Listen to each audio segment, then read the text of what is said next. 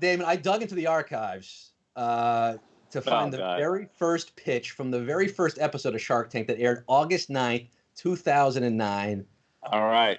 Mr. Todd's Pies. Mr. Todd's Pie. So a few questions here. First of all, those stacks of money on the table. They're fake, and they learn, Shark Tank's like a startup. They learned that it was too cold. We were so high up. We were unapproachable. You couldn't get around to touch the guest after you did a deal, like a handshake or whatever the case is. So they took that all away, and we did the deal. Barbara and I did the deal with Mr. Todd's Pies. He's been an amazing partner in the first couple of years, and I really don't know where he's at these days, but he had a successful business and exit, and it was really a fun time. But most of the companies we saw in that first season were shit.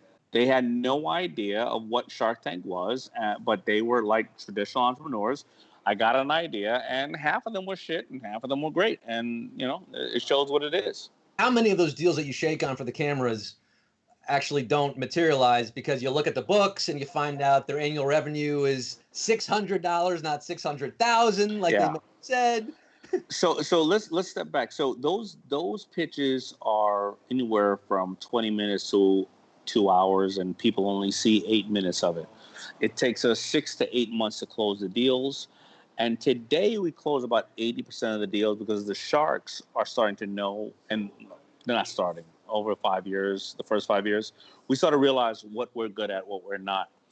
The first couple of years, 20-30% close. And as the better entrepreneurs came in, the sharks got better at what they need to know. We hired more people. It grew like any other business, 40, 50, 60. So right now I'm at probably about 80% close rate. I think all the other sharks at about 80% close rate on the deals we make on camera. But, listen, the 6 to 8 months of due diligence, we'll be like, why didn't you tell me that you owed the IRS $1 million? They were like, because you didn't ask.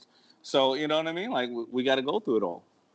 Due diligence, those are the two most important words in business, right? Yeah, absolutely.